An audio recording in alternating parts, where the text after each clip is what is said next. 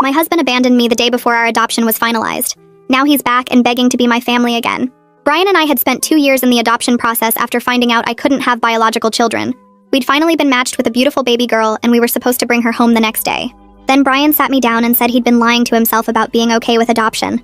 "I need biological children, and I can't pretend anymore," he said while Sophia's picture sat on our coffee table. "I need to have real children, and you can't give me that." He said he'd already filed for divorce. I sobbed and begged until I lost my voice, but nothing would change his mind. The adoption agency called the next morning saying they couldn't place Sophia with a single mother when she was specifically matched with a stable 2-parent home.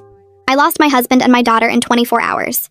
After the worst 6 months of my life, I found myself sitting in a different adoption agency filling out paperwork to become a single mother, while the caseworker asked if I was absolutely sure I wanted to do this alone. I told her I'd never been more sure of anything. She showed me profiles of kids in foster care who needed homes, and I stopped at a photo of a 7-year-old girl named Alina, whose bio said she liked painting and reading, but had trust issues from being bounced between 5 different homes. Something about her eyes looked exactly how I felt when Brian walked out, and I knew immediately she was meant to be my daughter. The first time I met Alina, she was sitting in the foster home's living room pretending to read while actually studying me to figure out if I was going to be just another person who disappointed her. She asked point blank why I wanted to adopt an older kid when everyone wanted babies, and I told her the truth. "So we're both rejects," she said, testing me to see if I'd get offended. "Exactly, which means we understand each other," I replied, and saw her smile for the first time. 3 months later, I was officially her mother, and we spent our first night eating ice cream for dinner, while she painted my nails and told me about all the houses that never felt like home. Within a year, she was calling me mom without me asking while I helped her with homework and braided her hair for dance recitals. We had inside jokes and Saturday morning pancake traditions and everything I thought I'd lost forever. She still had nightmares sometimes, and there were days when she tested every boundary to see if I'd send her back, but her therapist said she'd never seen a kid bounce back so fast. I wanted to tell her it was because we were healing each other, but that sounded too cheesy even if it was true.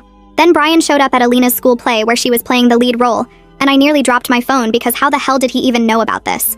He was standing in the back of the auditorium looking like absolute hell with wrinkled clothes and greasy hair, while I spent the entire performance trying to figure out if I was hallucinating from stress. After Alina's standing ovation, he cornered me in the lobby while she was taking pictures with her friends, and I immediately asked how he found us. "Your sister felt bad for me and told me about the play," he said with bloodshot eyes that kept darting to where Alina was laughing with her theater friends. "She said you have this whole beautiful life now with your daughter while I'm 43 living in a 1-bedroom apartment eating cereal for dinner, because I can't even cook pasta without burning it." The whiskey on his breath at 2 in the afternoon made me step back, but he kept talking about how he'd tried dating, but every woman ran when he told them he abandoned his wife during an adoption.